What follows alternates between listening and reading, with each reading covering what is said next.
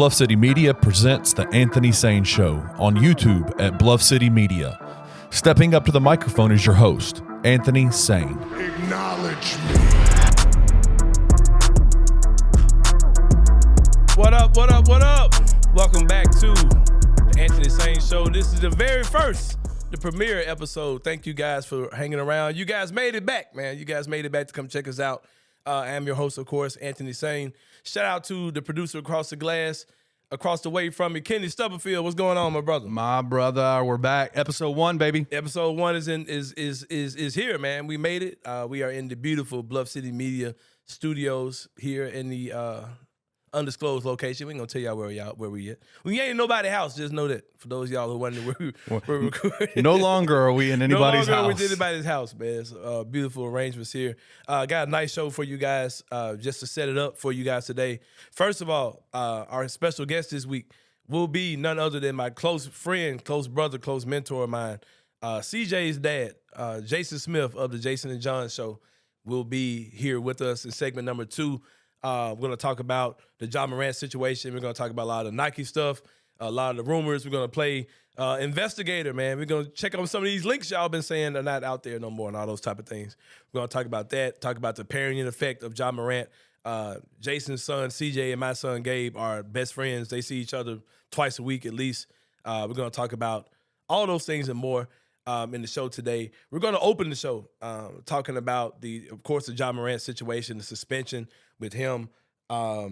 Adam Silver came out, had an interview. We'll talk about that. That's happened since episode 0. We're going to talk about Tyus Jones. You guys love Tyus Jones out there in Grizzly world. We're going to talk about him and how I can't wait to get that ass up out of here so we can get us a wing. Kenny Stubblefield. We'll talk about that. And we'll talk about the greatest conspiracy. You guys know I am a conspiratist. We will talk about the NBA draft lottery. And if you don't think it's rigged, shame on you. But we'll talk about that today as well in the show. And we'll wrap it up, Kenny Stubblefield, with a segment that we will debut in the first episode of the show called Inside the Sain Brain, where we'll talk about something that may or may not have anything to do with sports.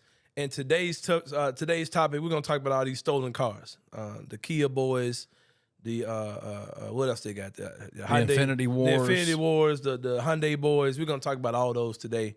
It's getting a little out of hand, Kenny Stubblefield. We'll talk about that today and more on the show. But as I was saying, when we first opened up, we will talk about what is clearly the biggest news story still here in the city of Memphis, the whole Ja Morant situation. And the other day, when we did episode 0, I talked about how frustrated I was personally with the Ja Morant situation, but how I wasn't going to let it interrupt my personal peace. I wasn't going to stress out about it.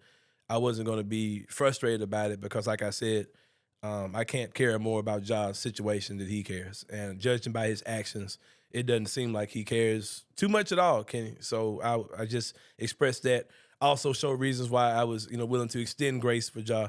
And just put out the general disclaimer to everyone that if you're in the camp that's pulling for Ja Morant and you want to see him change or do better, you may have to wait a little longer than anticipated. That it's not going to be it may not be a linear growth type of thing, that you may have to wait him out as he grows and matures, the same way that you may have had to do for yourself or that we may have had to do for other players. Now we can get into some more of the specifics, and I'm here to specifically say they about to get your ass, Joe. It really feels like they about to get your ass. Just looking at some of the rumblings, some of the energy that came out. Commissioner Adam Silver had an interview with what's her name? What was her? Malika Andrews. Malika, thank you. Malika Andrews is kind of moving kind of oppish too, man. I don't know if y'all, it was Malika Andrews who interviewed Ja with the whole Finding the West thing, which was definitely, and she was just trying, if you remember, she was trying to get a quote out of Ja. She got it, and then they just kind of ran with it. But anyway, I'll let you guys do your own research on that. But Ja Morant, of course, did what he had to do, did what he did, not what he had to do. Well, we wouldn't be here. But he did what he did. Commissioner Adam Silver came out saying that he was very upset with Ja. Kind of felt personally betrayed almost with some of the things that Ja did, which is understandable. We'll talk about that today. Kenny, and I'll just say this. If you look at some of the things that are going on, J.J. Redick came out and he said that any, extremely harsh punishment, when you start talking about half a season, 30, 40 games, things like that, he talked about how unacceptable those things would be if you just kind of judge the climate of how, guns are being handled or mishandled here in the country, and considering Ja's age and all these type of things. He was expressing some of his concerns. And looking at all sides of it, Kenny, I'm just going to say that I myself today am torn at how I feel about what I feel like is about to be a pretty heavy penalty. If you look at the last penalty that Ja Morant got, it was 8 games for conduct detrimental to the league. That particular suspension was not a small deal. It's the same penalty that was given to Kyrie Irving for his offensive comments that he made that affected the Jewish community. And if I'm not mistaken, as far as a non-violent, physical act, anything that wasn't illegal, I think that 8 still was the longest suspension given for a conduct detrimental to the league type situation. I might be wrong, double check me. If you're talking about doubling that up, you're talking about a massive penalty. You're talking about a massive all-time penalty, especially when you start comparing it to, other things that happened in the past. But I get it. And here's why I get it. This is what people have to understand. Like I talked about in the last show in episode 0, Ja Morant did not commit a crime. But he's not being judged by a regular real-world judge. He's judged by his employer. And the unfortunate thing that Ja's dealing with, like Adam Silver said in his interview, was he said basically, it's not because he's just an NBA player. It's because he's Ja Morant. Because he's one of the more marketable players. Because he's one of the biggest stars in the league. I have to hold him at a greater standard because kids love him.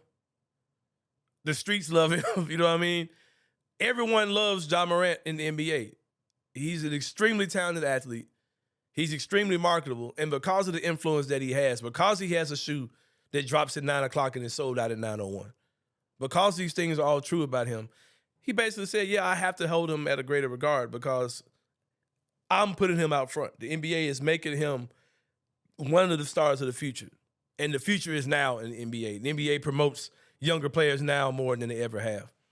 And because of that, Adam Silver's rules are, I know you didn't sign up for this. I know you didn't ask to be put in this role.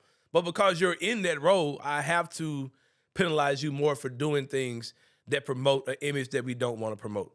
And the image that he's talking about is, as far as how I translate it, this is the problem with what Ja did as far as my brain goes. Yes, you do have other NBA players who have posed with guns in pictures. Those photographs were guys who were using that weapon in a sport. They were hunting. And Ja also has the right to defend himself and to carry a gun to him as a matter of self-defense. But when you're handling the weapon as irresponsibly as Ja is, that's the problem that's with what Ja is doing, because you're not using it, you're not hunting, and you're not protecting yourself. It's almost like you're promoting violence or the loose handling of a firearm, which can be bad. You know what I mean? When you're just kind of making it seem like something, it's not a toy. It's not something you can play around with. And I think those type of things, all things considered, are ultimately why you're going to see Ja be punished in the manner that he is. Is it particularly fair according to the country's standards or just the law? No, it's not, because he didn't commit anything illegal. But for the image that the NBA is trying to put out, that's why you're going to see what I believe to be a pretty hefty suspension. Saying I'm looking at some of these all-time suspensions, stuff. all-time stuff. I've been hearing people say 40 games. That's not happening. Those kinds of things. Let me just walk you through a few of these. Let's take a walk. Yeah, like just a walk through a few of these that are kind of along that same lines of half a season, which would be 41 games. Right. 38 games, 50 games, obviously, for Gilbert Arenas. Which would have been 82 if it happened on game one, because they basically suspended him for the season. For the season, right? Go ahead. 38 games for Javaris Crittenton, had a weapon inside the locker room, drew it on a teammate, threatening basically to use it on him. And then you go to 30 games for Steven Jackson with the Malice in the Palace. Right. 30 games. Putting hands on the fans, like scrapping with fans. Right. Beating fans' asses. Right. 30 games for Miles Bridges, who, man, I still don't understand that one. Pleaded no contest to a felony domestic violence charge against the mother of his children.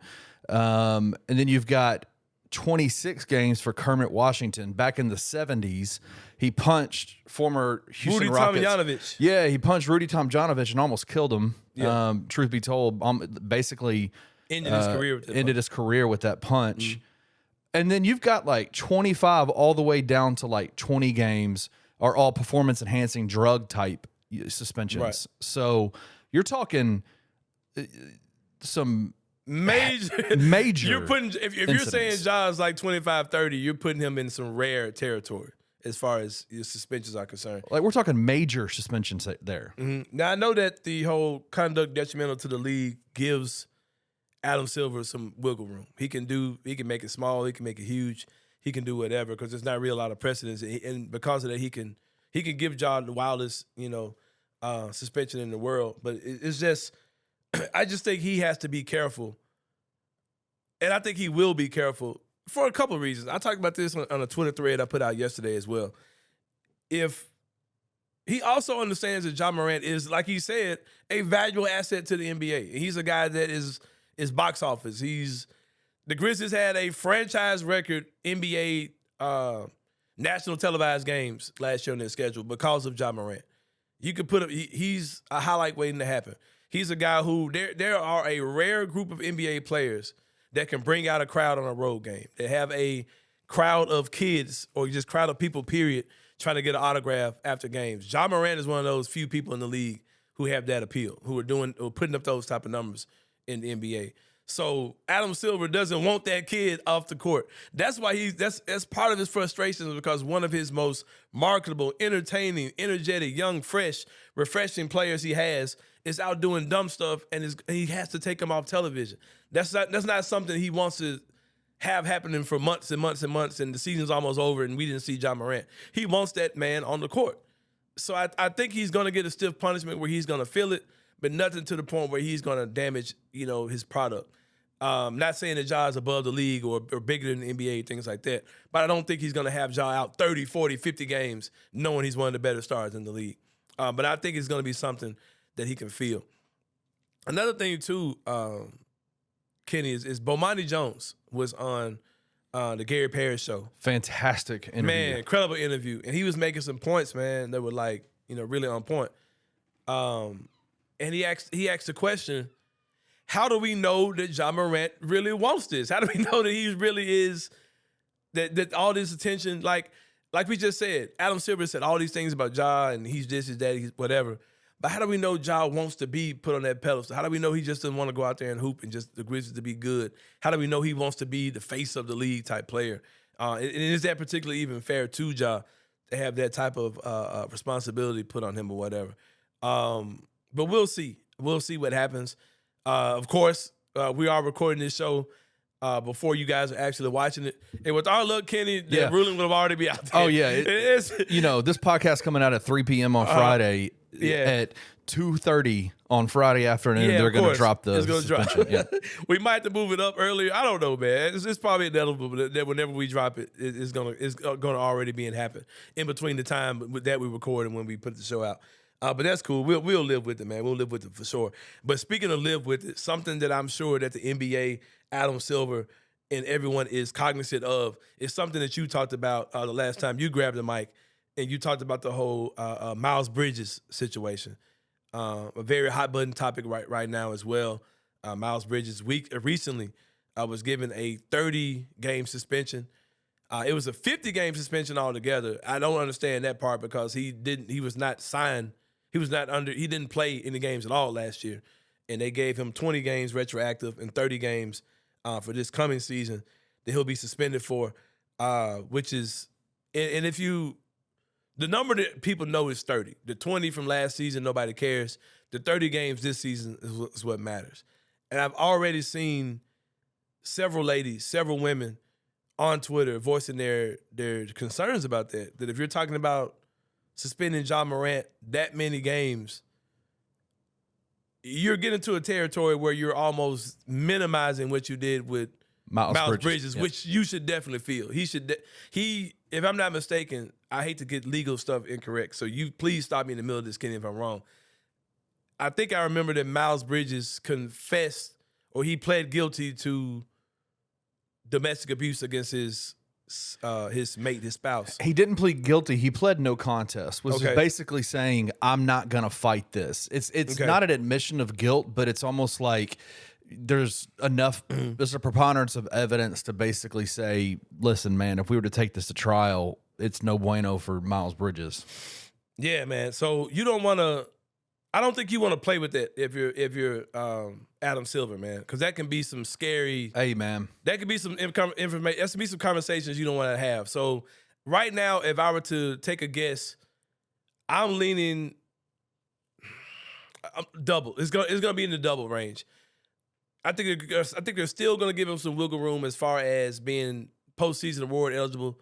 I'm thinking somewhere between 15, 16, 20 games max is where I am. I think he's going to feel it. You're talking about one of the all-time highest suspensions still a major penalty. 8 was major, and I think if you double it, it's major again. But I think there may be some additional things that may be off the radar, some things that we may not know about publicly that will happen to kind of ensure or kind of give an incentive for John not to do these things again. I have a question for you, Sain, as we close out this segment. Yeah. I want to I know I can hear it. You said it just a few minutes ago that you're torn, that you feel it. You feel both sides of the argument, the JJ Redick versus the Adam Silver argument, where, you know, whether it's going to be a heavy-handed judgment or, you know, light, whatever. I want you to, we're going to do this in the last segment too, get inside the brain, the sane brain. But I want to get inside the sane brain for just a second. Okay. Is there any way that you could possibly remove the fact that Ja Morant is the superstar player for your hometown NBA franchise? How would you respond to this situation as a content creator around the NBA if this was, say, a superstar for if Ja was in the Milwaukee Bucks organization? Man, that's a good question to ask. People who really know me and who I've had like my in-depth like conversations with, I've been saying for at least a year or two that I was like, man, if Ja didn't play for Memphis, I really wouldn't like this dude. Like, and it's just something about Ja that's always been kind of strange, man. And as you know, I am a credentialed media member. I haven't covered the team, like locker room covered the team in a while. I really don't have much of a desire to do that at this point. But back when I was doing that, the last time I was really doing that was Ja's rookie year. And he was just kind of a difficult dude, man. Like, kind of getting upset about stuff that's not really worth getting upset about, being super defensive.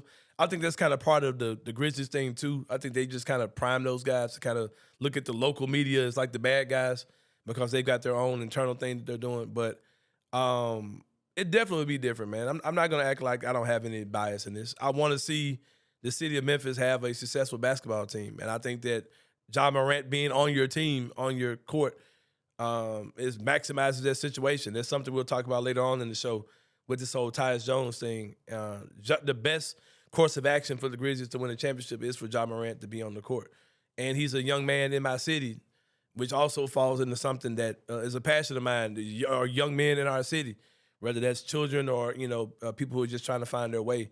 You know, mentoring is in my blood, is in yours as well, Kenny. So those type of things definitely skew my judgment of all this. I want to see our team be good. I want to see their brother come out on top. He's a weird dude, man. Like, he's weird and he's difficult to deal with. But he's ours. He's though, ours, right? though, man. And the stuff he's doing, man, is extremely frustrating. I'm sure he's got, like any young person who's making mistakes, I'm sure he's got something he's doing in his mind to rationalize what he's doing, to kind of make an excuse for what he's doing, but he's got to get it together, brother. I promise you he does. There are going to be people who are going to take his side regardless. There are a lot of people that are already doing it, still saying that. And it's not just a black and white thing. There are people on both sides of this who are saying that Ja's justified, that we get it. He's doing things that affect his image, but that's his image. You know, he didn't sign up to be, you know, the NBA's, you know, poster boy or endorser or whatever. That, you know, that if the NBA has a problem with his image, they shouldn't be able to suspend him because he's making their image look bad.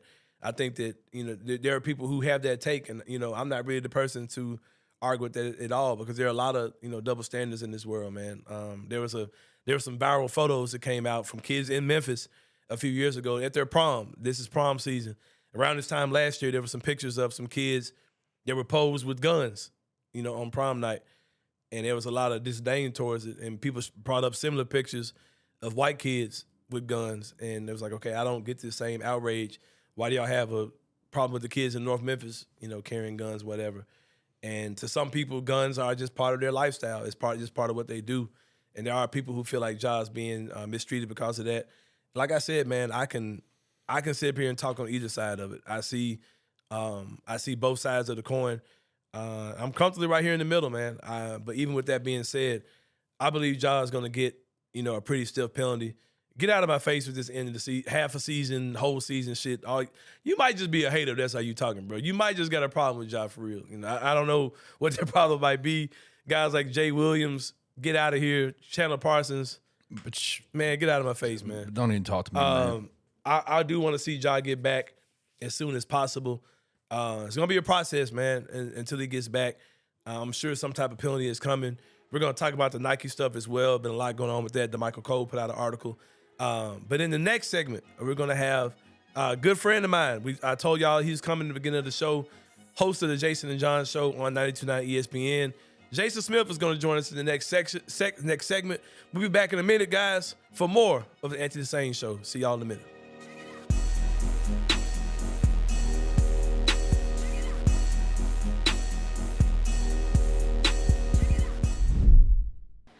What's up, guys? I'm so excited to announce that we have partnered with Coaching for Literacy, and you can read more about them at coachingforliteracy.org or follow them on social media at Coaching for Literacy. Your subscription to Bluff City NIL is 100% tax deductible because of our partnership together. Thank you for supporting Memphis Tiger student athletes and helping promote the monumental cause of childhood literacy.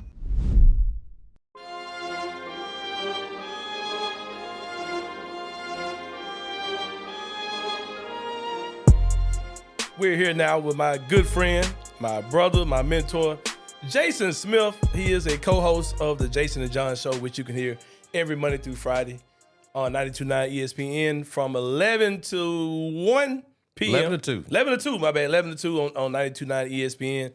He is formerly the co-host of a great podcast that we call the Grind Season Podcast. Got me off the bench, got me back in the game. And now he sits here beside me in the Bluff City Media Studios. Jason Smith, what's going on, my brother? I sit beside you now in envy, brother Sain. Why is it? Because you look at these lovely studios y'all kinda, got around here. here. Looking kind of smooth. Yeah. We got you need something to drink? Goddamn it. I got you, bro. I got you. Hey, that is turned on. there are drinks, cold drinks in there. I'm not going to say what the drink this is that's in there. But beautiful studio, a beautiful home that you have here for the Anthony Sain Show. Congratulations on that. Man, I like being over here, man. That they got free air. See, in my house, my air on about 73, 74. Yeah, they got it down about 68 or something. I get around white people, so I cut up about 68, 67. Like, I'm burnt. It ain't my bill. You know what I'm saying? You look very comfortable. Yeah, you man. look at home. I appreciate it, man. I Yes, got sir. my iPad in tow, you know what I'm saying? Formerly Gabe's iPad. I'm not sure you know the feeling. As you upgrade for the kid, the old one becomes yours. your new one. So, yeah, that's how that works, man. But, Jason, good to have you here, man. Pleasure to be here. A lot of things I would like to talk about rather than what we've been talking about today. We talked about this, of course, in the earlier segment of the show, talking about Ja, his suspensions, you know, all those type of things. You know, a tough decision that Adam Silver has to make. As we record this, there's not been a decision made on Ja. Not sure what's going to happen between when we record and, you know, Friday when we debut the show. But we're going to assume that there has not been a decision made, and we're going to talk about those type of things. What do you think the suspension length will be for Ja Morant, all things considered? I'm still sticking in the 15 to 20 range, a doubling up. You and I have talked about this off air, a doubling up, if you will, of what he got the first time. And I think JJ Redick made a great point when you're talking about folks that are saying Josh should be suspended half a season or 40 games. I think you're getting a little bit too far down the line. Forget a little bit, a lot. I mean, how can you give Ja Morant, who didn't break any laws? We've said what matters here is that we're not condoning it. It was stupid, but you haven't broken any laws, so how could a Ja Morant get more than 30, more than a Miles Bridges got in his domestic violence case? So again, I think you have to factor all that in.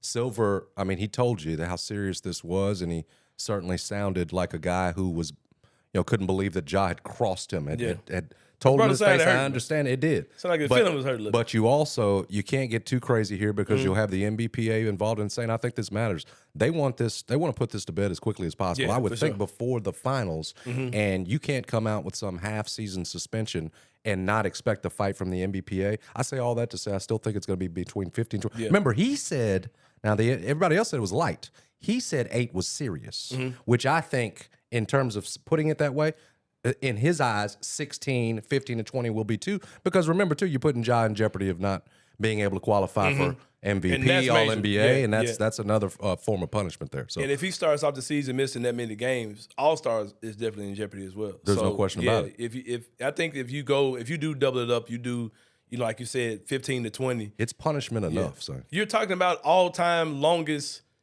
suspension ever for conduct detrimental to the league. That's what you're talking about. If it's anything more, because the 8 was the same thing that Kyrie Irving had. I think the Gilbert Arenas one had CBA tie-ins. I think there were legit rules going on at that time. I might be wrong, but I know that 8 was a significant one. And if you double it up, you're talking about even much more severe. I think I'm in that same place. We talked about some of the reasons in the first segment as well, especially the Miles Bridges stuff, because you're ruffling a lot of feathers if you get into. You're saying exactly. Yeah, you're talking about why are you really punishing him that seriously? Yeah, exactly. Something else is definitely in the balance in regards to this Ja Morant situation is the Nike deal. Something that Memphis have carried with pride. We know that the Nike factory is here. We know several trains have been robbed over the decades. Many trains. In the name of Nike shoes. And now in the city of Memphis, we carry with pride that one of our own, Ja Morant, has a shoe. Me and you are both parents. We see how this shoe moves. We don't really care. I know I don't really care about putting them on my own feet. I would like to have a pair. I can get some from China if need be. We'll talk about that as well. But we've been keeping eyes on these shoes because of our sons. They're super excited about them. As of today, as of the recording, there's nothing official that's came out from Nike, but we have seen some fishy things that have caused us to be, Negro investigators, so to speak, Afro investigators, Afro detectives on the whole Ja Morant shoe deal. People are looking for missing SKUs, and links are dead, and you Google this, it's not there, and DeMichael Cole, who's definitely an authority in the shoe situation. DeMichael Cole, of course, beat writer for the Commercial Appeal, also has a history in the shoe world, a lot of connections in the shoe industry.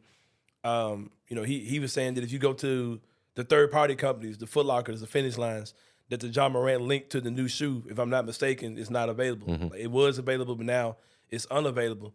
Where are you at on that whole thing? Like we said, as of now, nothing official has come out. Darren Ravel put out saying that he believes it will be paused.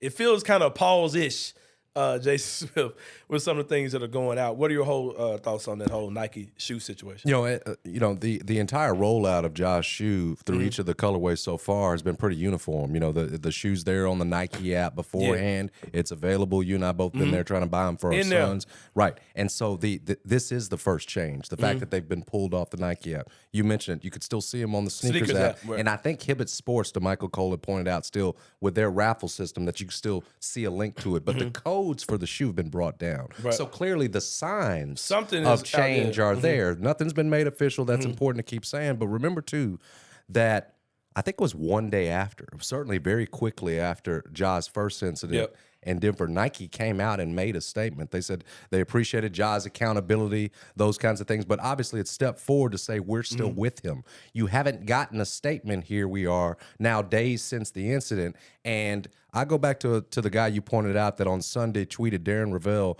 tweeted, "I believe this will be paused by Monday." We're starting to see some signs of what could be a pause. And back to the point of what Nike said, they appreciated Ja's accountability. Well, in doing this, essentially the same thing. 10 weeks The later, accountability is over. whether it's to Silver, essentially to Nike, who I'm sure he had those conversations with, it was, I understand, I take full responsibility. Here we are again. So to think that Nike's going to sit and do nothing. Remember, Powerade stepped back. Nike stayed there, and now they're made to look silly by Ja making this mistake again. I believe Darren Ravel when he said he thinks a pause is coming, and I think we're seeing the first signs of that. I think that Nike's a pretty smart company. We've seen how they've moved over the years. When Kobe Bryant was going through the rape situation, the rape allegations, he was immediately dropped by Adidas. Nike swooped in and they grabbed Kobe Bryant, and we know the rest of that history. We saw the stuff with Kyrie Irving. I would say that if Kyrie Irving was under contract, he probably wouldn't have gotten released by Nike in the manner that he was. The fact that he was an expiring deal anyway, up in a few months, a month or so, they went on and parted ways with him. And Doc Holliday came on you guys' show yesterday, if I'm not mistaken, and he was talking about how Nike has had deals with rappers that promote things worse than what Ja Morant did. Right. And I'm sitting on those type of things too. I don't think that he's going to be let go by Nike, but it just seems to me like, just out of common sense, if I'm Nike, why would I want to drop a shoe out for a guy who's suspended, who's not even playing basketball? It seems like that could kind of mess with their sales when they can drop the shoe at any time. They don't particularly have to drop it. I definitely feel a pause coming. I don't think anything is going to separate Ja from Nike right now, looking at what we have. But it just seems like smart business to kind of just wait to see what the ruling from the NBA would be. And I thought you pointed to what Doc said in our show, and he made a great point. I think that the difference between those deals, is that, and you've seen it. So much of Ja's rollout and the campaign has been centered around the way he inspires kids, right? The kids' voices, or the kids around, all of it, right? And so when you're talking about handling guns and in a responsible manner, it goes against everything that is that campaign. And so that's why I think we're probably bound for at least a pause. I think canceling, finishing, no, I don't think we're not in that territory. I firmly believe that. Continuing with the whole Nike situation, Mike Wilbon came out, of course. Everyone is pointing to the statement he made, saying that he'll no longer buy the Ja shoe for his son because he doesn't want to support the image that he's putting out. Me and you definitely, at our martial arts class that we go to twice a week, we're talking about the new Ja release. And, man, you gonna buy this? And no, I'm gonna wait. Gabe got to wait till the summer on that one. And we joked about the whole China thing. Gabe got a hold of some DH Gate links. It was saying he was gonna start saving his own money to buy every color of Ja he wants. And I said, Gabe, they're fake, man. You understand they're not the real. I don't care. They look good. He doesn't care. Cause see, Gabe's got a reputation at the school, man. This is what Gabe is, the shoe Great god. shoe game. He's the shoe god at the school, man, because he's got some Nike connections. Gabe almost got an NIL deal. Well, tell him if they find out to see the tag on them DH Gates, though, he might not own that. He might not be the king too much longer. Yeah, though. Gabe thinks he's got some.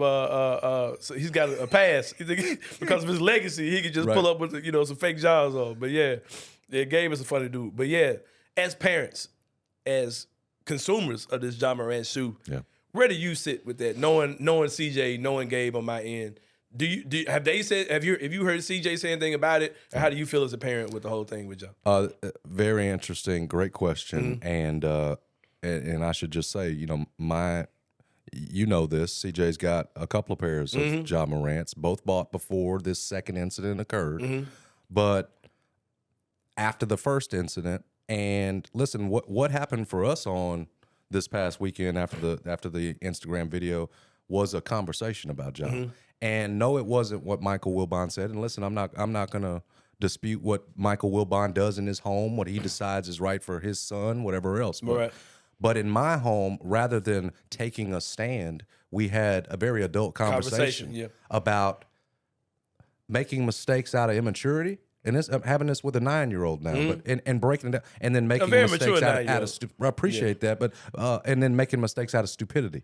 And so what we did was talk about Ja Morant making essentially the same mistake twice in 10 weeks, and how this can't happen, and how now, Chris, anything that Ja says, they're not going to believe, and telling Chris the importance of your words and yeah. accountability and how, you know this. I mean, a man's, word is his bond. That's it. And having those conversations and telling Chris, now let's watch and see whether Ja learns from this, right? Let's see the steps now because the words don't matter. And so that's how I'm handling it in my home with my son, who still idolizes Ja, but also realizes how stupid that was to handle that gun so irresponsibly. Man, we got 60 kids in this city that have been shot or been the victims of a gunshot wound. 1/3 of those is kids playing with guns. They found their parents' guns or whatever else, and in one case this weekend, tragically, a little brother shot his older sister. But the point is, if kids, right, see Ja irresponsibly playing with guns, I don't want to say glorifying, but clearly feeling, handling them irresponsibly, bro, you don't want to be any sort of possibility of leading towards that kind of behavior or attitude around it. We know you're going to have a gun, you got to be responsible with it. And so with all the kids, and Silver pointing that out as well, tens of millions, including my son, including your son, I think it's highly, you don't have to be a role model, but don't show them that, especially when so much of you is about inspiring them. Yeah, me and Gabe haven't had the adult conversation yet, but he's, Gabe's been on his ass though. Gabe knows all the memes. See, and I think that's the way to do it, man. Gabe is like, Gabe is they call Dad. He's like, Dad, they call Gabe. Dad, they call Ja Wick and 12 Pac and all this. We were doing the same thing. Saw that Wick and said, I'm going to need a gun. Chris, I mean, we can joke about it, but too, in the end, they see the seriousness of it. Exactly. And that how you're measured in how you bounce back. Everybody's falling. Everybody falls. How you bounce back is how you're measured. And we're having those kinds of conversations rather than saying, oh, no, Ja Morant's in this house. Yeah. We hope he bounces back, Sain. Right. We want him to. Exactly. I'm definitely pulling for Ja regardless of it. And, I co-parent. So I get Gabe this weekend. We're going to sit down. We're going to have that talk. I got to go to Jackson, Tennessee to do a kid swap. So on that ride home, we're going to talk Ja for a minute. I like how you made that a teachable moment, though, for sure. 100%. For sure. That was pretty good. Now, we've talked about how Ja's decision-making has affected his view from the NBA, his view from his endorsers, Nike, his view on kids, parents, things like that. Someone that we're not really talking about a lot, that a lot of people haven't really spoke on, is the effect of Ja's actions on his teammates. Just a few weeks ago, we had Zach Kleiman come out and say that the leaders of this team are Ja Morant, Jaren Jackson Jr., and Desmond Bane. When the alpha, the biggest, the face of the team, Ja Morant, goes out and does something like this, how do you think this affects the two co-heads with him, Jaren Jackson Jr. and Desmond Bane, and even like the guys at the end of the bench, like a Zaire Williams, who he calls his little bro, or other guys coming in as rookies, the David Wrighties or whoever. How you think it affects the team? Listen, I don't think they'll say it publicly, but I do think it erodes trust, Sain. It has to. Yeah. Especially when you've come to his defense in the instance, and why wouldn't you? Like, you look at what he's meant to the organization. Look what he's meant to this team. That's what we said. You and I talked about how mature beyond his years he is on the court, because he makes players better this early in his career. And the Jaren Jacksons and Desmond Bane certainly recognize that and have been willing, and at any time called, to come to his aid, come to his defense. When it becomes your words no longer matter, it's tougher and tougher to continue to believe you. It's tougher to give you that leadership role when I'm the one answering the questions after a playoff loss and you, the leader, are gone. It just saying there's no way naturally that doesn't start to eat away at my trust in that leader. And so critically important for Ja when he comes back to gain forget the words. You got to gain it back by being there. You got to gain it back by not having that. And that's going to be a day-to-day thing. That's going to be a year-to-year thing. Do I think all of a sudden we're going to have chemistry issues, or all of a sudden Jaren Jackson's going to say, no, I should be the leader, the vocal face of this team? No, because I think those guys realize that 1, 2, 3, that pecking order, that's something pretty special. Those foundational pieces, that it can be special with the three of them. But no, saying I think naturally, when you constantly have to come to someone's aid, defend them, and then they leave you at a point where you're out there looking like misplaced hope, misplaced defense of that person, I think just naturally it starts to eat away. You keep doing that, you're going to lose them, just naturally. Yeah, I totally agree. When you see guys who, because these guys have put a lot of work in. They put a lot of work in. And it's like, there's certain things about Ja we expect. We expect him missing a few games with some type of injury, just his style of play. But when you're talking about 15, 20, 25 games that we're starting off in the hole And because you're not there. self-inflicted. Yeah, it's totally self-inflicted. It's not an injury. We could deal with the wrist situation. Even like, we got mad with the wrist thing because he was trying to jump over Anthony Davis. You know what I mean? Yeah. A guy who nobody is tested in the playoffs right now. Ja tried to jump over this dude's head. And we can deal with that. But this stuff where you're missing games because you're being silly in the offseason. I'm not gonna lie, man. At the end of season exit interviews, when they asked Ja, like, he was like, I'm just glad to be time away from basketball. Like, no, man, you need time with basketball because basketball seems to be your safe place where you're not doing these crazy things. When you're in that gym locked in, man, we're not hearing these stories when you're in the dark. Go back in the dark with a basketball, man, because being in the light is exposing some stuff about you that we really don't want to see. So I think he really is, letting a lot of people down, including his teammates. And like you said, it's not going to be a, hey, I'm back. Let's get back into this thing. He's going to have to earn that trust back from his teammates for sure. Yep. We are here, of course, with Jason Smith, co-host of the Jason and John podcast. Jason and John show. I'm sorry, brother. I'm in the podcast world right now. Bro, you're good. Jason and John show, which you can hear on 92.9 ESPN Monday through Friday from 11 to 2 p.m. here in Memphis, Tennessee on 92.9 ESPN. Also the Odyssey app. Jason, real quick, the NBA playoffs have been really good. We've got 2 series that are they just wrapped up game 1. By the time you guys watch this, there will be another game between the Lakers and Denver. 2 exciting series so far with Michael Jordan Jr., aka Jimmy Butler. Him Butler. That DNA, that Jordan DNA is just sparking in Jimmy Butler right now. Those of you who follow me for years, you realize that I'm not joking when I say that I really think that Jimmy Butler, he truly believes it. It's Michael Jordan's son. I'm not joking. 1,000,000% think that's real. And if I'm wrong, hey, I'm just wrong. But what do you think about those 2 series? Like I said, it's 2 good ones, man. You've got Denver and LA. Denver was up big. LA made some adjustments with Rui Hachimura. And in Miami, they're just doing what they do. They're still in game 1s from teams that are better than them. A Miami team who I thought was done.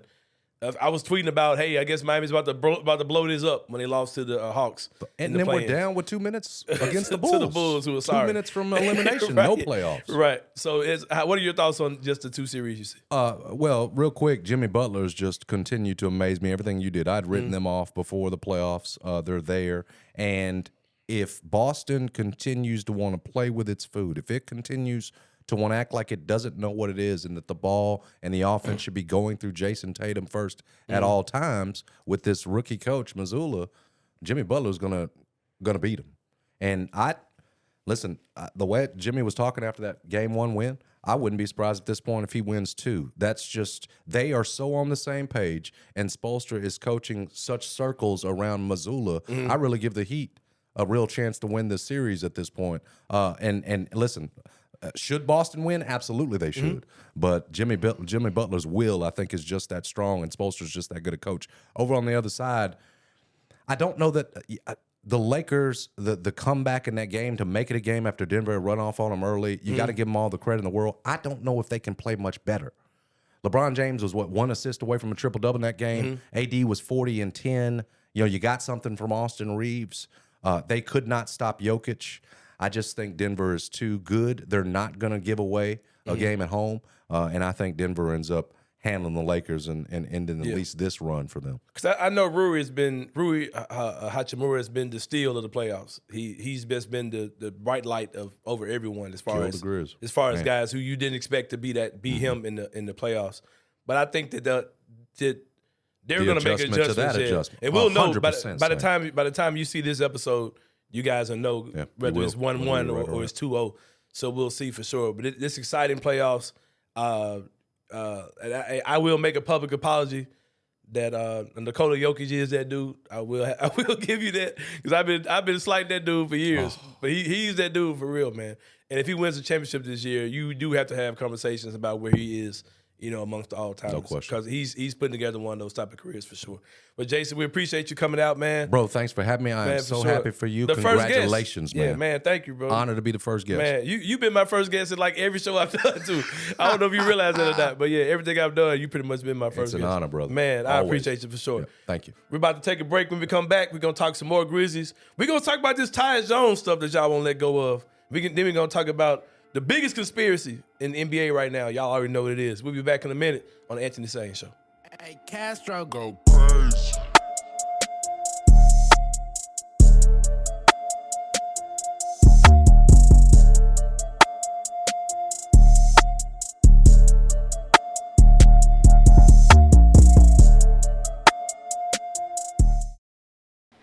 What's up, guys? I'm so excited to announce that we have partnered with Coaching for Literacy, and you can read more about them at coachingforliteracy.org or follow them on social media at Coaching for Literacy. Your subscription to Bluff City NIL is 100% tax deductible because of our partnership together. Thank you for supporting Memphis Tiger student athletes and helping promote the monumental cause of childhood literacy.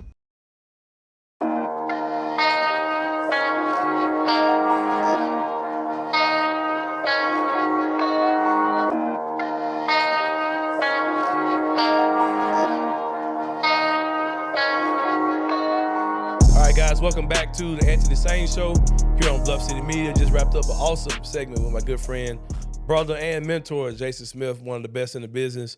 Shout out to him for sure. Just a great conversation, man. I liked how he was talking about the whole parenting aspect, man. It's a conversation I'm definitely going to have with Gabe. I co-parent. I don't see Gabe every day. We talk every day. I don't see him every day. So I will see him this weekend on that ride back from Jackson, Tennessee after we leave Casey Jones Village, Kenny Stubblefield. We'll have that conversation about Ja Morant for sure. We've talked about it a little bit. How does Gabe handle those kind of conversations? Man, Gabe is actually a pretty mature kid, man. Like when Jason was on here, I was thinking about I was supposed to go on a trip to New York, right? And Gabe was supposed to go with me. And the date that he was supposed to go was the same date of his last martial arts testing for his red belt. And I told his master, his Taekwondo teacher, I was like, not Taekwondo, martial arts teacher. I said, Master McGee, Gabe, he's supposed to be going out of town. I told him, forgot about it. Like, can he do a redo? Can he test early? He was like, nah, man, this level of belts, testing day is testing day. He was like, I'm not trying to be an asshole. I'm not trying to be he didn't say that. That's my translation. He was like, I'm not trying to be a jerk or whatever, but Gabe's got to make a decision to either be there for the test or go out of town. I won't take it personal, whatever he decides to do, but I can't make provisions at this level of his belts or whatever. Wow. And I sat down and I talked to Gabe about it. I said, Gabe, look, you, Master McGee said you can't make it up. If you miss, you got to wait until the next belt.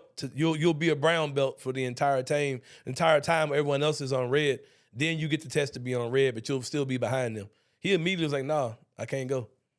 I gotta do what I gotta do. Man, he's committed to that. Yeah, he made it. He just wants to get it done, man. He wants to reach the goal. He don't want it to last any longer. So it was an easy decision for him. Plus, I promised him we'll go to Six Flags or something like that this summer. So he got a nice consolation for it. But yeah, he's a pretty mature kid, man. We definitely can have this conversation. That's awesome. Yeah, we'll make it through, man. But a conversation I really want to have with all of you, all of y'all on the other side of that camera. In the remaining months before the NBA draft, before the NBA season starts, I would advise you guys to go on Google search and download as many pictures of Tyus Jones in a Grizzlies uniform as you can. Print those out. Go to Walgreens, get those printed out, poster size.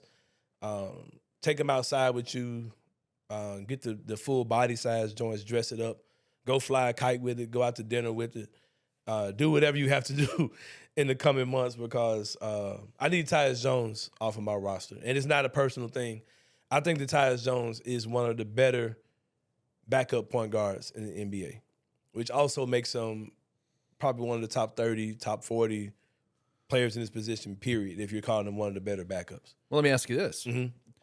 Any starting guards you'd put him over right now? Any starting guard I'd put him over right now, yes. There's one. His brother. I would put... You put him over Trey? Yeah. Oh, Trey Young. No, not Trey Young. Trey... Isn't it Trey Jones? Trey Jones over Tyus? No, I'd pick Tyus over Trey Jones. Like, this might be the only starting point guard. I don't know. Can you think of anybody who you would say? Because we kind of throw stuff around. Dennis Schroeder? Dennis Schroeder. He's not the no. D'Angelo Russell is the. Oh well, yeah. He's now. Yeah. You're right. Yeah, I wouldn't. No, D'Lo's better than Tyus. It's certain stuff. Because he definitely was a bucket in the playoffs. He lit our ass up. Yeah, he was. But Tyus is good, man. But we kind of throw stuff out a lot as Grizzlies fans. Like we threw out, oh man, Tyus is the best free agent point guard, in the league right now. Like teams are gonna throw money at him in the same free agent class that Jalen Brunson was in. This is the type of stuff we were saying as Grizzlies fans last year. And Tyus had no traction in free agency, and he came back to the Grizzlies on a very easy deal. There were no other teams that were really pursuing Tyus Jones. With that being said, I still think he's one of the better backup point guards in the league. If you go back to his story, how he got here, he was signed in free agency the summer after we drafted Ja Morant.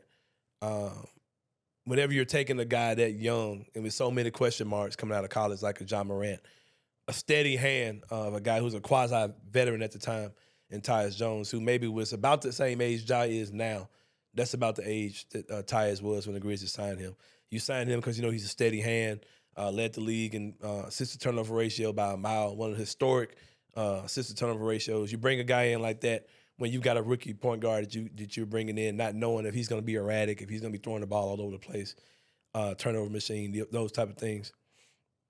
But then you see that Ja Morant is, an all rookie type player, rookie of the year level guard. And you start noticing, or you should have noticed at that point, that Tyus Jones, what you thought might have been split time between Ja and Tyus, you saw that Ja was clearly going to be the point guard of the future. And that a guy like Tyus Jones at that point should have been viewed as someone who's not as valuable as he was when you signed him to his first deal. But over time, of course, Kenny Stubblefield, you saw that Ja Morant became a little injury prone, and that you would see times where Ja would miss 5 or 6 games here, game for this, game for that, pulling out a gun here, pulling out a gun there, pulling out a gun everywhere. Little small stuff. Yeah, little small stuff, man, nothing major. And because of those things, the need for Tyus Jones over the years has increased. You've needed him, and he's been great in moments where Ja Morant has not been on the court, which, of course, led to him getting re-signed this summer to a 2-year, around $30 million deal. I want to say Tyus is making around 15. Is it 12 or $15 million a year he's making? He's whatever it is. I think it's around 15. Whatever it is, he is the highest paid backup point guard in the NBA. Yeah, he signed a 2-year, $29 million. Yeah, that's $15 million a year for a backup point guard. Yeah, that's a pretty hefty deal for a guy like Tyus Jones. But he's proven to be a great, backup point guard, one of the better backup point guards in the league, putting him in the territory where he would be better than his brother, Trey Jones, in the event that he was an NBA starter. And he's caused people to say we have 2 starting point guards on this team, which I don't really buy into. But it's either here nor there because Tyus Jones has been great in times when you've been without Ja. But when the playoffs happen, Kenny, in the event that Ja Morant is healthy, Tyus Jones' minutes, for one, aren't as needed because in the playoffs, you're going to play your better player. You're not going to sit Ja to get Tyus minutes. You're going to play Ja as much as you can in the playoffs, and that's been the theme every year, since the Grizzlies have been in the playoffs. In those small bursts of time that Tyus has gotten in, he flat out hasn't been productive. He was good against Minnesota in that series last year during certain stretches. But as a whole, Tyus Jones has not been a good, playoff player for the Grizzlies. He's been a great player. He's been great in times when Ja hasn't been available.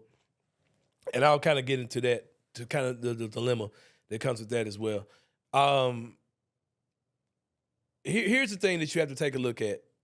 I already talked about when your top player, Ja Morant, is as good as he is, even with the absences that Ja has, it makes you question how good if your guy is the best point guard or one of the best point guards in the NBA, how good does his backup need to be? It doesn't need to be that good because he's not getting the majority of the minutes. He's not gonna. You want that top guy out there. You don't want the reserve out there, no matter how good the reserve is.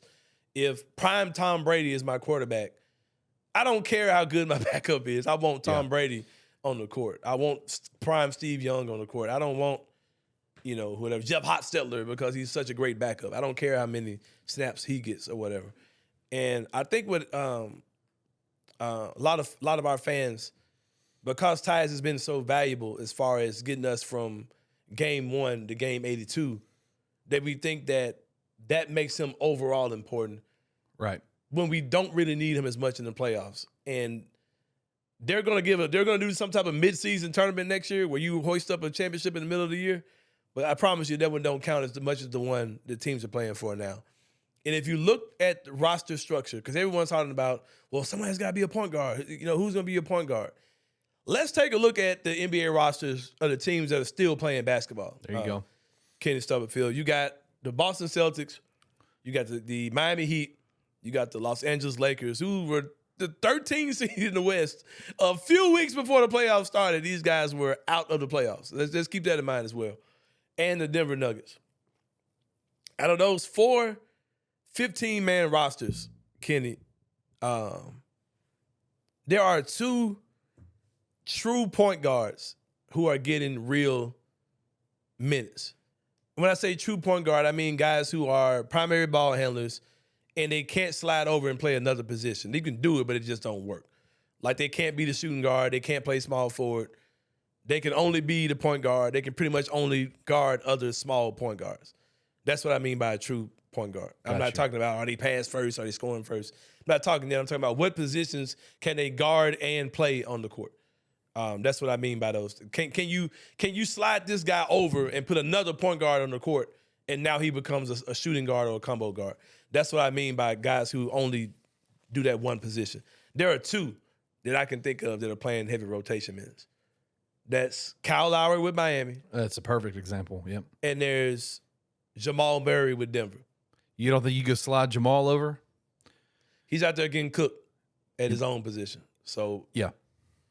And that kind of helps. That helps my argument. If you want to take Jamal Murray off that thing and say it's only Kyle Lowry, it only makes my argument make even more sense. The only person I could think of those 4 teams was Kyle Lowry. Yeah. Because, I mean, you can move Marcus over. You can move – I think you can move Jamal over. D'Angelo Marcus can play. Smart is not a point guard. He's a combo. He's defensive player of the year because he can guard 1s, 2s, 3s. Right. You could play him. If you brought in a true point guard to Boston, you could still play Marcus Smart at the shooting guard. I mean, you see that you even see that with Malcolm Brogdon when he comes on the floor. Right. He slides over to the slides over to the 2, and guards the 1, 2, 3. Right.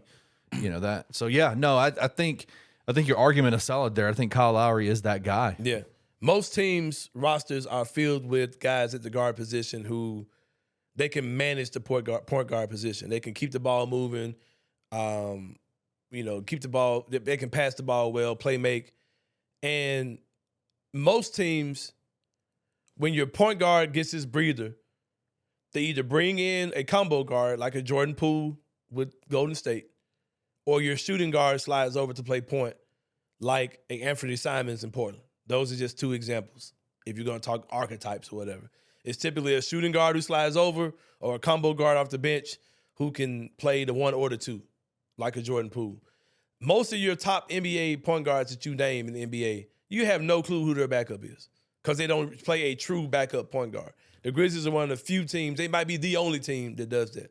Man, that is such a good point, man. Like, it just doesn't exist, man. It's like, and we talk like you have to have this backup, one finger in the air, communicating with the coach on the side. Like, this ain't college basketball, man. You don't have to have that. Come on, man. Like, most teams don't have that, bro. Boston doesn't have any.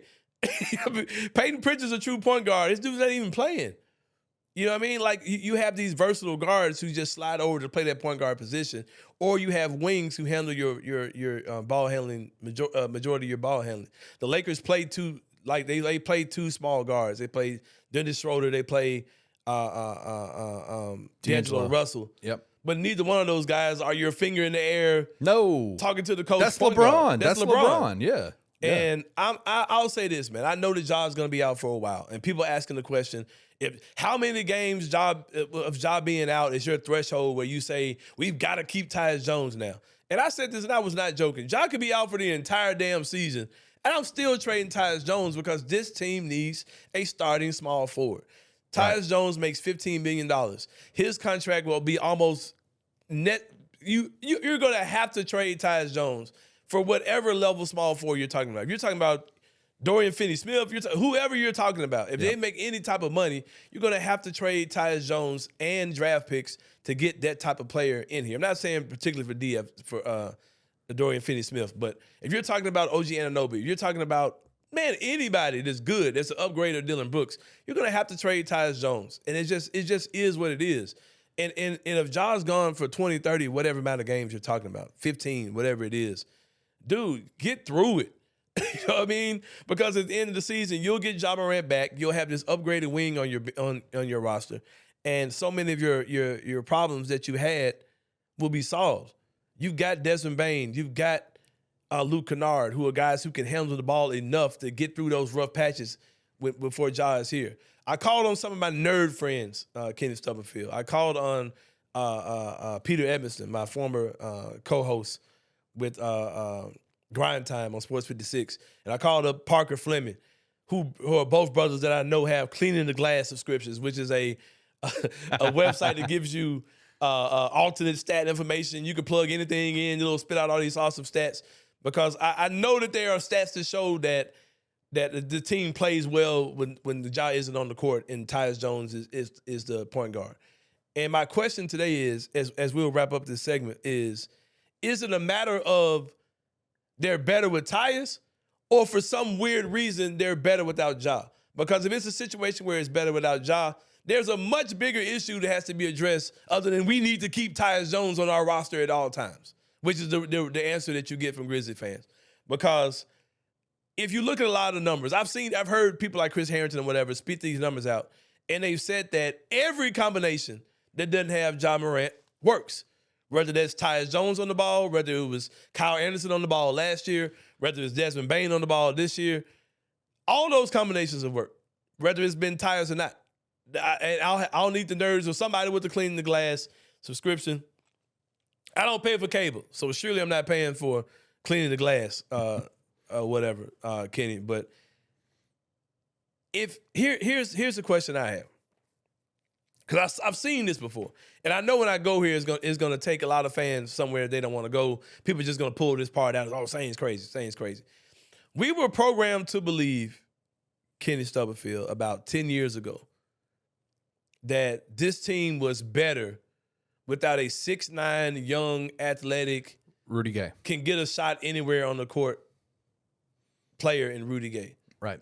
We've been chasing Rudy Gay since then. We were trying to find another young, athletic, 6'8", 6'9" wing that can score for anywhere on the court. Come on, man. We've been preaching chasing right now. it ever since then. You know why we were told that? But you know why we were told it? Because Lionel Hollins at the time could not figure out how to make Rudy Gay and Zach Randolph work at the same time. There were two guys who like to operate in the same area of the court.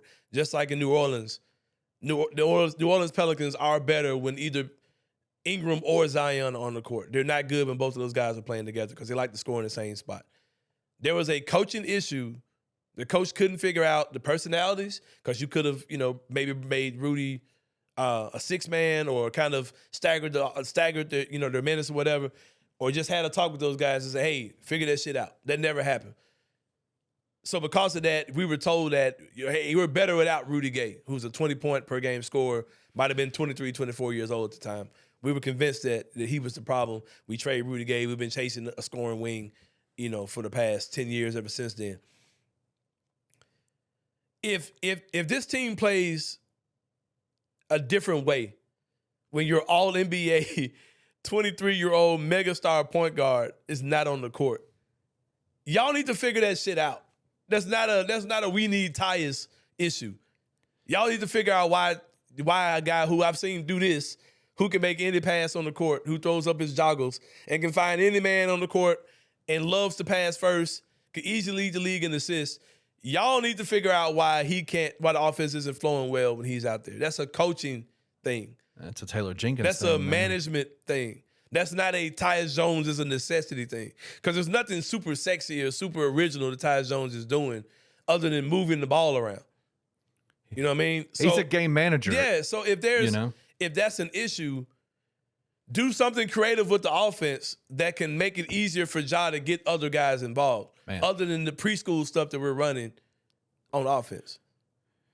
So I'm not gonna say nah, this summer we can't trade who's easily our easiest trade chip to go get what this team is desperately needed in a efficient non-Dillon Brooks small forward. Because I'm not going to knock Dillon because Dillon is one of the best defenders in the NBA. Being second team all defense confirmed it. And we don't need a superstar wing. We don't need a guy who's can score 20 points a game and 50% from three. And we don't do the shit that Dillon did. You know what I mean? Don't shoot Desmond Bane out of the game. Don't shoot Ja out of the game. Don't shoot Jaren out of the game. Keep the ball moving. Play defense. Knock down threes. When called upon. That's really all we need. That is an upgrade from Dillon Brooks. At the end of the day, someone who can play good defense. Keep the ball moving. I'm not going to let Tyus Jones be the guy that stops us from getting that guy on our roster who can make things flow so much better for everyone. If you have that type of player in the wing as opposed to having a guy like Dillon Brooks who wants to be number 2, number 3, number 1 at times in the pecking order. I'm not going to allow Tyus Jones to do this. Y'all better get over it. I'm tired of hearing it. I'm tired of arguing with y'all about it. And when y'all see he's not that good of a starting point guard when he plays for whoever he plays for next year, y'all will come back and say, yeah, we really didn't need Tyus on this team. You were talking numbers and stuff and that cleaning the glass. Tell me you got something. You got one. No. I've only got one number that matters to me, and that's that the Memphis Grizzlies have $53 million a year in their point guard position right now. Right. That's all that matters to me. $53 million at point guard. That's unreal. Yeah. You're going to have to trade Tyus to get a quality small forward here. You're not going to be able to package David Roddy, Zaire Williams, picks, and Cozy Corner barbecue. That's not happening, man. Even though Cozy Corner's ribs are fantastic, it's not going to get you a wing. I'm sorry. You can't even go wing for wing. You can't trade Wing Guru for a wing in the NBA. You can't. It's not happening. It's just not happening. You're going to have to trade. You're going to have to trade Tyus Jones. I think Tyus is an incredible player, but y'all, he is a luxury. He is not a need. And I get it. If Ja's not here, Tyus has done this. We would look where we would be without Tyus. If we didn't have Tyus, all these type of things. Man, I just saw the Los Angeles Lakers be trash, toilet water, dog dookie. I saw them be terrible for the entire season. Make adjustments around the trade deadline. Be ready for the playoffs. That Lakers team is getting better and better as the playoffs go on. It's about having guys who are ready for the playoffs. Rui Hachimura keeps me up at night, man. He keeps me up at night, man. They wanted to give that dude away. I had people tell me he can't play. He's low basketball IQ, and what does he do? And he can't shoot. But he was ready for the playoffs, man. He's a 6'8", 6'9", versatile forward who's out there guarding the freaking 2-time NBA MVP. He's guarding that dude and making Anthony Davis be able to roam. One of the reasons why the Grizzlies looked well against the Lakers when they did is when you were able to pull Jaren off of AD and you could put Tillman on him or you could put Dillon on him. Those type of guys affect playoff series, man. Not your backup point guard. I'm sorry. It's not your backup point guard that flips series for you. It's those wings in NBA, those versatile guys like Rui Hachimura could have been gotten for nothing, man. And it's killing me that we didn't go get that dude around the trade deadline when he's available. And we just saw the Lakers just kind of put this team together, patchwork this team together, make moves at the deadline. And they're in the Western Conference Finals. Tyus Jones, great player. I've loved him the time he's here. He was brought in to be training wheels for Ja Morant. Ja Morant's driving. And other stuff while he's in the car as well, unfortunately. Thankfully, he's not driving sometimes. Exactly. Shout out to my boy Devontae Pack for being Ja's driver. But, man, I get it. I get what y'all are saying about how valuable Tyus has been.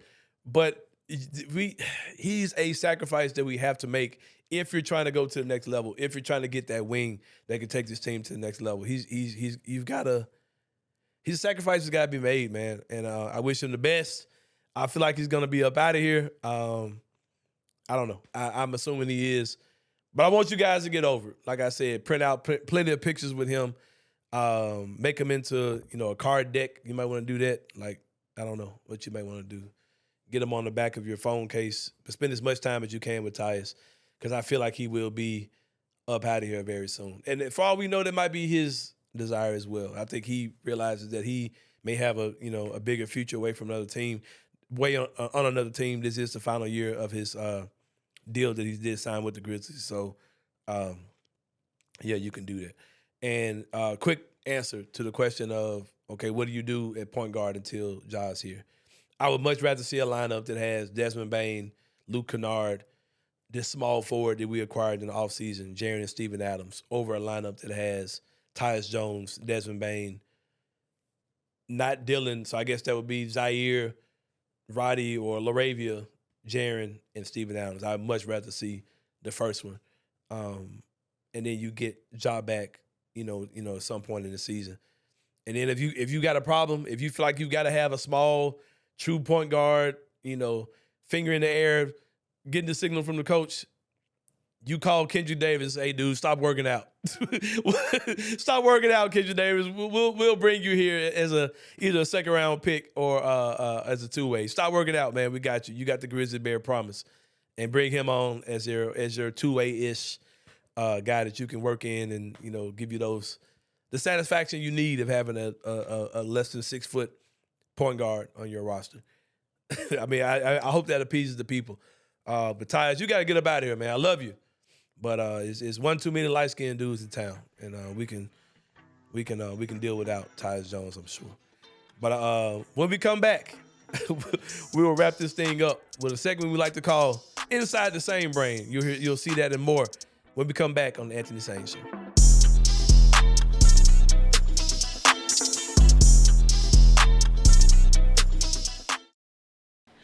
What's up, guys? I'm so excited to announce that we have partnered with Coaching for Literacy, and you can read more about them at coachingforliteracy.org or follow them on social media at Coaching for Literacy. Your subscription to Bluff City NIL is 100% tax deductible because of our partnership together. Thank you for supporting Memphis Tiger student athletes and helping promote the monumental cause of childhood literacy.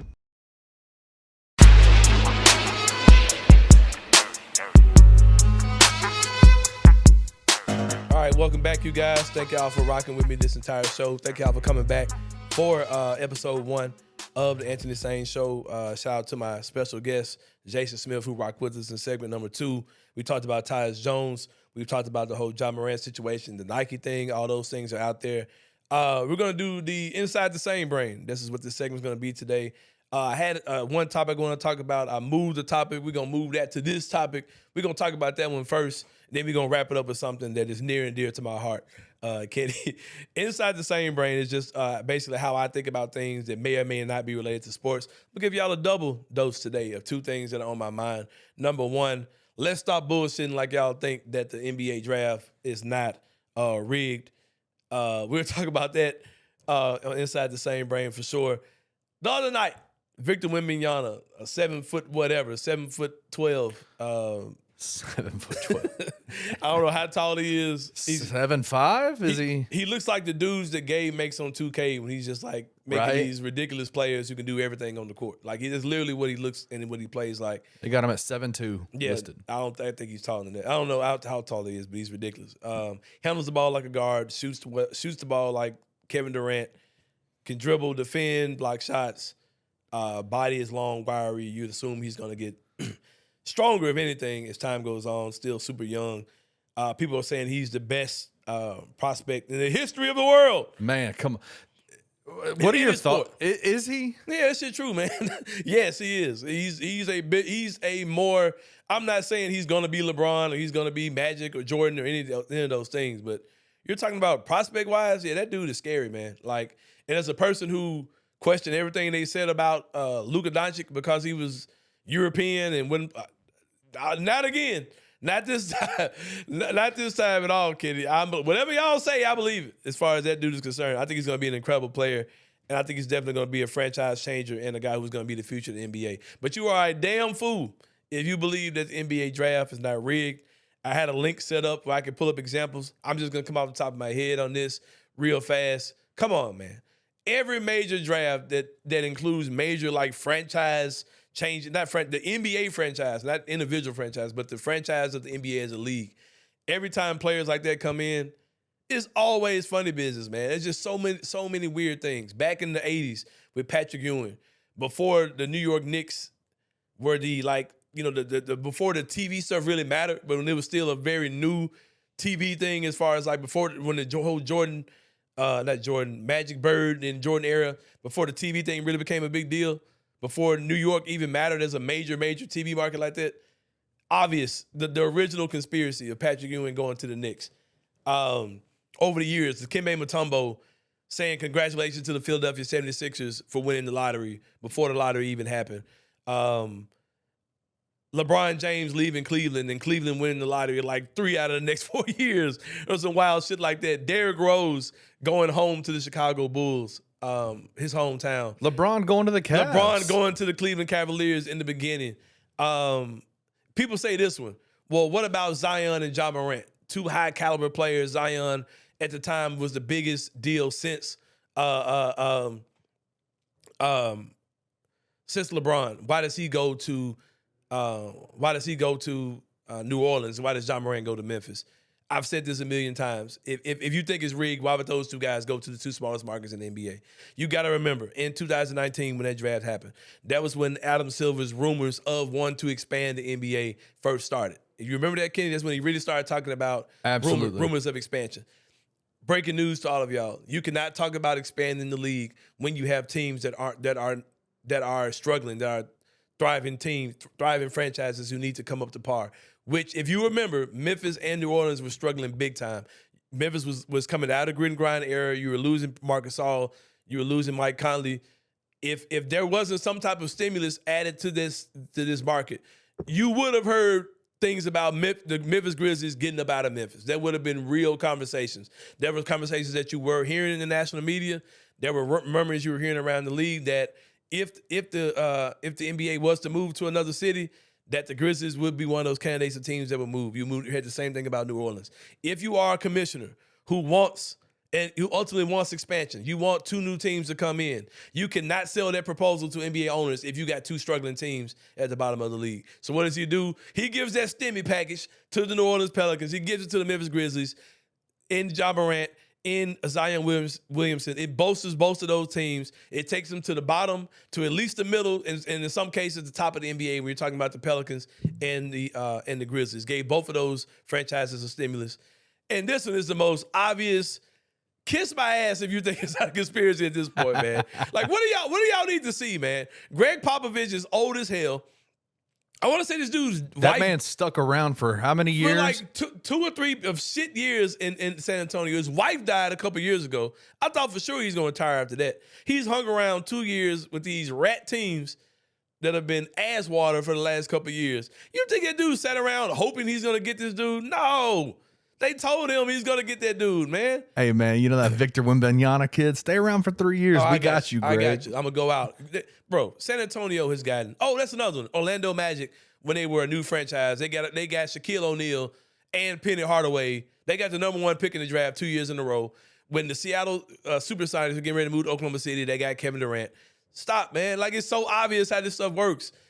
San Antonio has had Tim Duncan, David Robinson, and now they're getting the next great big, whatever this dude is, unicorn big man, and Victor Wembanyama. And that's also a city and an organization that has handled international players very well throughout its inception. The San Antonio Spurs have always handled international players very well. And there's so much language, so many things coming out where other teams, other organizations are saying, I'm actually glad the Spurs got him because for the future of the league, we know he's in good hands with that Spurs organization. This is not by chance. There was no way that Wembanyama was going to Charlotte. There's no way he was going to Detroit. He wasn't going to be drinking no nasty-ass Flint water in Detroit. He wasn't going to be drinking no shit water in Detroit, man. I'm sorry. That was not happening. He was going to the Spurs. You see it. Y'all know what it is. Come on, man. Stop lying to yourself. The NBA draft lottery is rigged, and it always has been. Every major draft has been some funny business. To me, it was the Cleveland LeBron one. That was when I was like, that's it, man. Like, I don't need to know anything else. Yeah, D-Rose to Chicago. Every time, man. Chris Paul, when they traded. When they gave them Anthony Davis after they. Right. Right. Come on, man. When they got Chris Paul about to L.A. Yeah, come on, man. Yeah, Clearly, man. It's the most obviously rigged stuff in the world. Something else I think is rigged. This is inside the same brain, of course. where I talk about things the way I see it. You ain't got to agree, just the way I see it. But something else I think is rigged is all these goddamn car thefts in the city of Memphis. Kenny Stubblefield. Hey, man, stat. prayers up to Christian Fowler. You know he's riding around in Infinity right now. Oh, man, they're going to get his ass. I'm going to tie all that in, too. I'm going to pull up a stat. This is a photo that I've seen going around the internet. I'm not going to lie. I don't know if this is even official, but I'm looking at a stat that says that in 2022, that 2,129 cars were stolen in the city of Memphis. Have you seen this meme going around? This photo going around, Ken? I haven't seen the photo, but I know the stats that you're talking about. Okay. Yeah. The stat says that in 2023, as of May 11th, there were 5,573 cars stolen here in the city of Memphis, Kenny. 139% surge. Yeah, that's at least twice as many cars that have been stolen in half a year here in Memphis. Kenny, I don't know who is the kingpin boss of this, but I do not think that this is just kids stealing cars. I don't know if used car companies are stealing and reselling cars or stealing cars for parts and getting cars that are bullshit and like taking parts of this and parts of that and making this car there's something going on, man. I don't know if it's an insurance company thing. There's no way, because you got to pay like $500 to get your car back when it gets impounded or whatever. That's going to the city. Right. I don't know, man. There's somebody in Carnival that's selling all that shit on Facebook Marketplace. Man, there's no way that this is not. There's some grand master. If you go to the movies, you've seen a movie about this where there's something going on where there's some car stealing art cartel, man. There's no way in the hell that this is just random car thefts, man. I'm not believing it, bro. And here's where it hits home with me, Kenny, as we wrap this segment up and get ready to wrap the show up. I was a proud owner of a Dodge Charger, the old square body joint, like the 2010 joint, right? Yeah. And man, I was getting pulled over left and right. And my tent was as black as Wakanda on my Charger, Kenny. And I was getting pulled over all the time, man. I was just getting weird looks from the police and driving super precautious, all these type of things. The Charger finally played out on me, Kenny. And I went and bought a new car this year. I bought a 5-door, basically that's a cool word for saying I'm driving a hatchback, but I bought a 5-door Hyundai Elantra. Kenny is what I'm driving. Amazing car, by the way. Oh, yeah, incredible car. I love it to death. Good gas mileage, rides like feels like you're flying an airplane. Like it's super smooth ride, gas efficient, cars last forever. Like driving a Hyundai now. Haven't got pulled over as much. I got pulled over one time. Kenny. And when I got pulled over, it was a totally different experience when I was getting pulled over by the police. You didn't get the side eye? No, it was you okay, man? You good? I said, what's wrong? He said, man, your brake light is out. I said, oh, I didn't know that. I said, I'll take care of it. Oh, no problem. Just go ahead and get that taken care of, man. All right. As opposed to get your black ass on the ground. Hey, and the Charger, man. Oh, I had some heated situations going on, man. Wow. So I definitely do feel the perks of driving a Hyundai.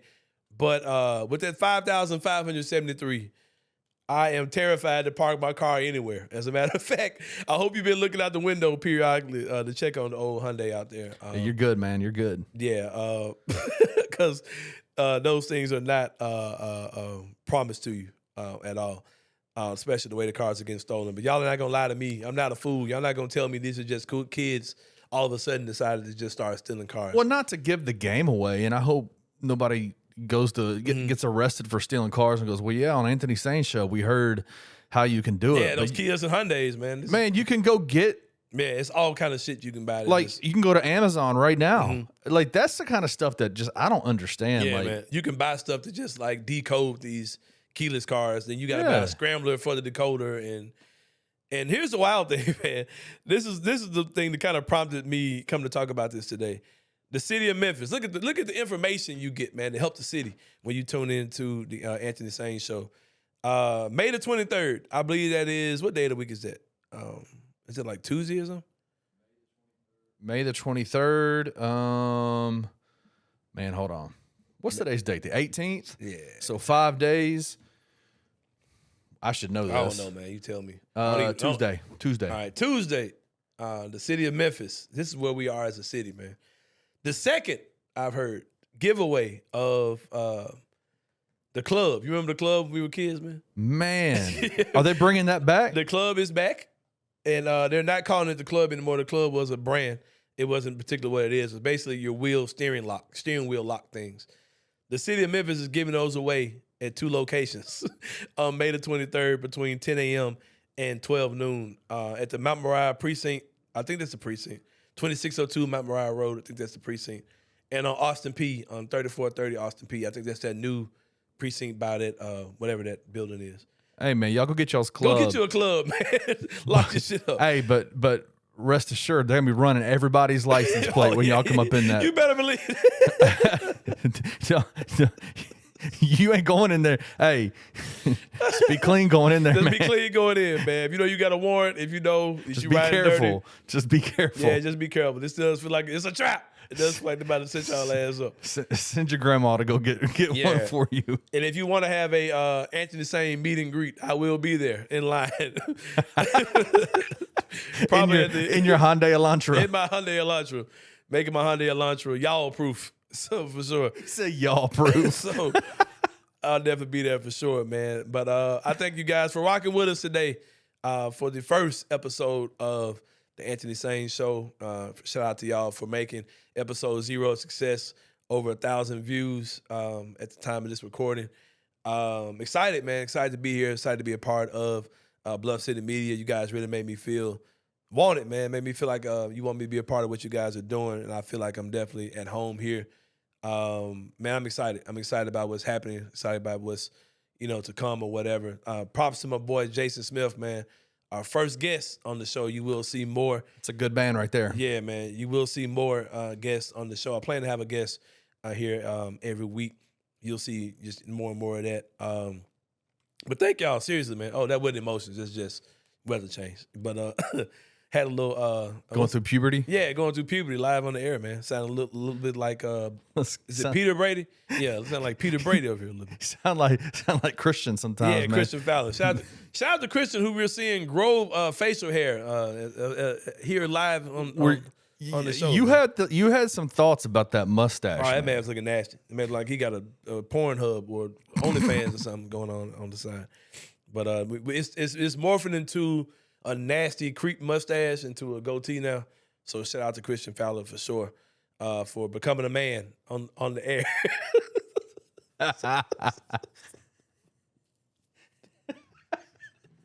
We're watching this man become a man in front of our eyes, similar to Ja Morant. Similar to Ja Morant.